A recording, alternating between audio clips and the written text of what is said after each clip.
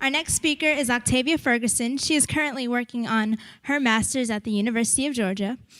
For interesting fact-wise, she enjoys watching Disney movies, travel nationally advocating, and eating food. Her idea to spark change in the world is using creative activities to teach youth with behavioral problems. Please welcome Octavia.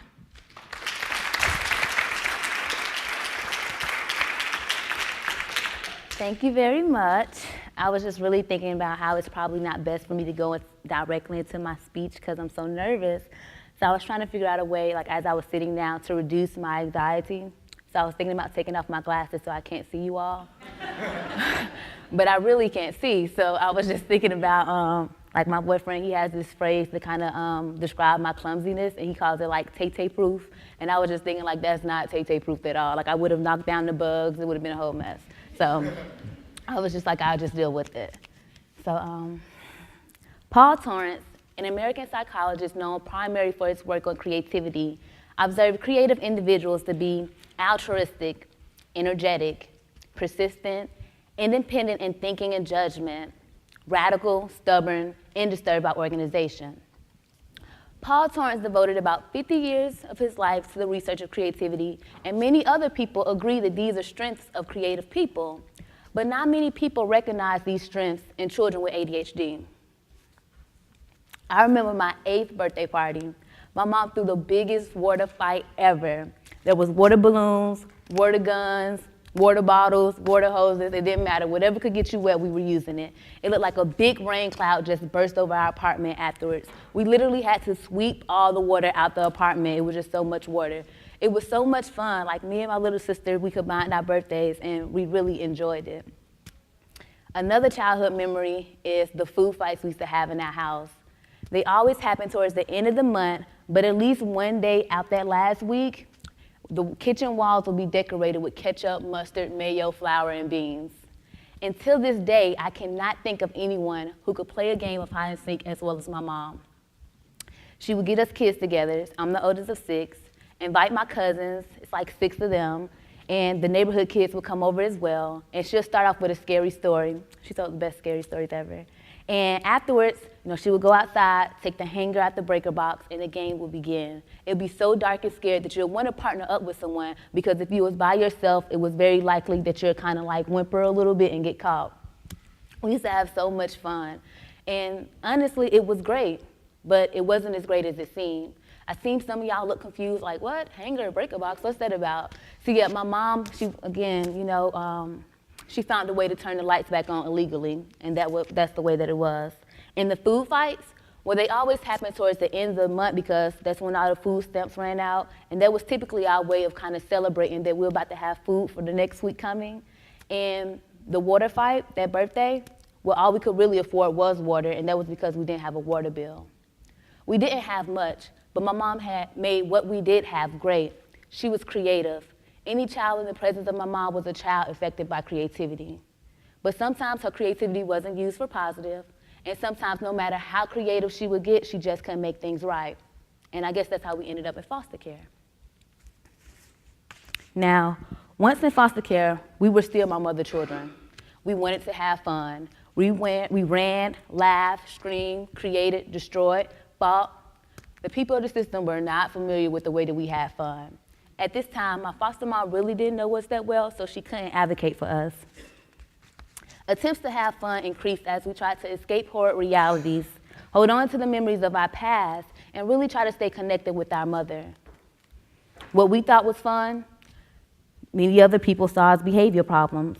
What was once normal in my mother's house was now abnormal, and in foster care, you're treated for abnormal behavior. So again, what we considered fun, these new group of people that enter our lives once we entered foster care, the new teachers, counselors, behavior aides, therapists, psychologists, psychiatrists, and everybody else really pretty much perceived as ADHD. It was clear for them, 1, our energy was entirely too high. 2, we weren't hearing anything they were saying. And 3, our behaviors were just so aggressive. I was older and I understood impulse control. It could have been a result of my age, or the matter of the fact that my mother taught me to raise me to raise my siblings. I yearned for that physical release and stimulation that we received from my mother house, but I also enjoyed learning. I could sit down long enough to obtain information and show that I obtained that information, but some of my siblings struggled with that. As a result, they were given psychotropic medication, Adderall, Risperdal, Vyvanse, Seroquel. These medications were given to them to help them focus by suppressing their behavior problems. Now, I have so many issues about how the medicine was given to them. 1, the amount given to them. 2, the quality of services or the lack of quality service offered with the medication. 3, how did they even decide that the medication was needed? The bigger problem, however, is the fact that these children's lives were put at risk for the sake, with the sake of chemical manipulation. I'm not a supporter of medication, though I do recognize the benefit that it has for many people. However, the harm screamed out to me: weight gain, diabetes, suicidal thoughts, addiction. But what bothers me the most is the fact that the medication reduces energy. Energy is power, energy is life. A reduction in energy is a reduction in life, and I don't feel like anyone's life should be reduced. When the medication was offered to me and given to some of my siblings, and even more of my siblings and my sisters and brother in foster care, I wondered, did the professionals take in consideration that perhaps they were not communicating effectively with us? Did they take in consideration that we just really needed to release that energy that we had? Did they even consider that perhaps their teaching methods just sucked and they were plain old boring, and that's why no one was paying attention? Youth in foster care are 3 to 5 times more likely to receive medication for behavior problems. This same population is 3 to 10 times more likely to receive a mental health diagnosis. And once in foster care, many of these youth are placed on multiple medications at one time. This is a population that has experienced extreme traumatic events. I remember when I was placed in care, I was lonely, I was scared, and I was angry. All I wanted to do was get back home with my mother. However, medication is not the solution. Now, I've always been a rebel. Call me bad, recalcitrant, revolutionary, whatever. But since I've heard of the use of psychotropic medications once placed in foster care, I've rebelled against them. I understand the benefit, but I can't help to see how this medication is pinning us kids, our children, and the future down for the sake of control. At an early age, I joined many organizations advocating, attempting to reduce the amount of psychotropic drugs given to foster youth and adjudicated teens. But perhaps it's the ADHD in me that had to be active and do more than just advocate. I needed to provide an alternative. My inspiration came from my mother. My mother's house was a place for physical release. There was always an option and opportunity to release any pent-up energy that we had. I remember that clearly, and I made sure I applied it to my occupational goals. I'm working on creating my alternative education energy transference center. Now, my mentor, Albert Einstein, really paved the path for me when he said, everyone is a genius. But if you judge a fish by its ability to climb a tree, it will spend its whole life feeling like it's stupid. I also like to remind you that energy cannot be created nor destroyed, but only transformed into one form or another. I received my Bachelor's of Arts in Psychology at Spelman College, and I'm now working on my Master's of Education in the Gifted and Creative Education program at the University of Georgia. In addition to the time that I've spent in care, my studies revealed to me that there are better ways of dealing with behavior problems than using chemical manipulation. My center will be technology-driven. Technology provides the stimulation necessary to capture the attention of the youth nowadays. My center will be heavily based in physical release. It will include a dance studio, a football field, ecotherapy. The youth will be expected to overcome physical obstacles in an effort to understand the connection with overcoming social and emotional obstacles as well.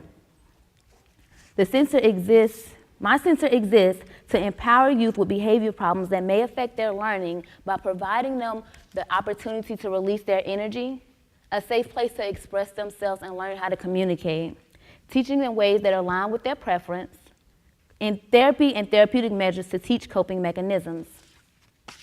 Aristotle said that the energy of the mind is the essence of life, and I too believe that there is nothing wrong with America that faith, the love of freedom, intelligence, and the energy of her citizens cannot cure. However, The start is to recognize that energy the children hold as greatness. That energy should be developed, not suppressed by drugs. And please, people, look past the labels that us foster youth have and recognize that we too are great. One of our greatness is our creativity. Difference does not equate to less than, and the medication does not add to us. Thank you.